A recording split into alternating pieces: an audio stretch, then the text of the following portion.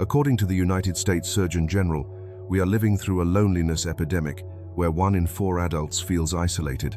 Yet when you deliberately choose to cut people off, what you experience is not loneliness or brokenness, but an overwhelming and profound sense of peace. You were not always this way. There was likely a long chapter of your life where you were the endlessly reliable friend who answered calls at 2 in the morning, the family member who maintained the peace, and the partner who absorbed everyone else's problems like a sponge. You gave the same advice, watched people ignore it, and welcomed them back anyway, until one day your brain simply flipped a protective switch. This quiet shift was not a moment of weakness, but your nervous system doing exactly what it was designed to do, a survival mechanism psychologists explain through Dr. Stephen Porges's polyvagal theory.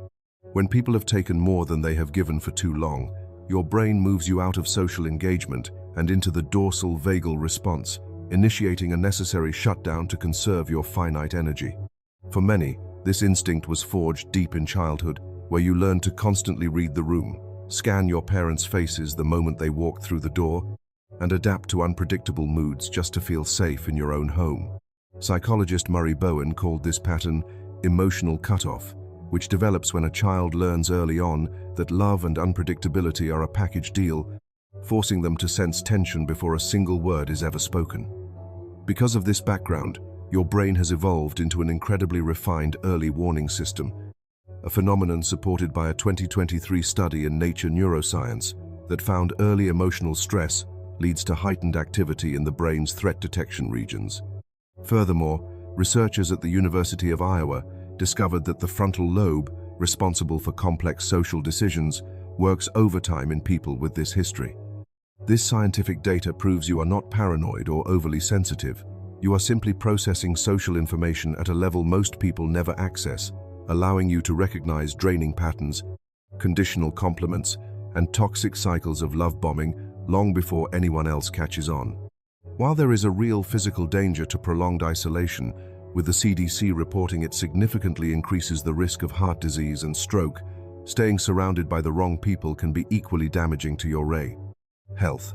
The vital difference is that walls block everyone out of fear, while the boundaries you are setting are selective and built from deep self-awareness.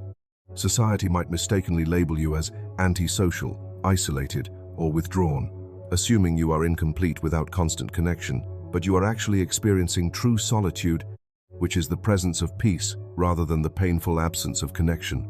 A quiet phone now feels like absolute relief instead of rejection, and the space you have created is a sanctuary rather than a prison. You are not cold, heartless, or incapable of love. You are simply a person who learned the hard way that not everyone is entitled to your energy. Ultimately, as Harvard's famous 75-year study on happiness proved, a fulfilling and joyful life is not about the sheer quantity of people you surround yourself with, but about having the right ones. If your circle has grown small but is finally filled with people who truly see, respect, and replenish you, you are not doing anything wrong. You have simply made the fiercely brave choice to step out of the chaos, guard your energy, and uncompromisingly protect your peace.